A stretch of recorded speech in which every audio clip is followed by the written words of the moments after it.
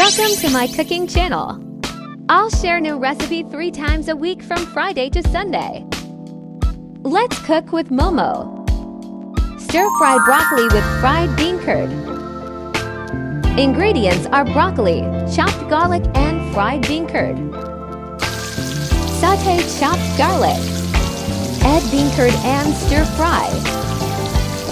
Add broccoli and 3 tablespoons water.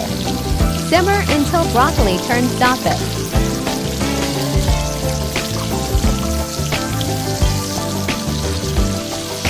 Season at taste.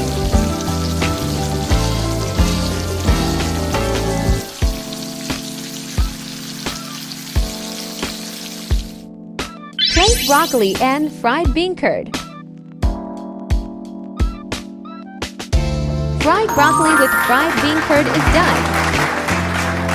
Look at the broccoli, so beautiful like an art. This recipe is so easy and delicious. Cook and share this recipe with your family. Impress them with the outcome. Hope you liked today's recipe. Thanks for watching and see you in next video.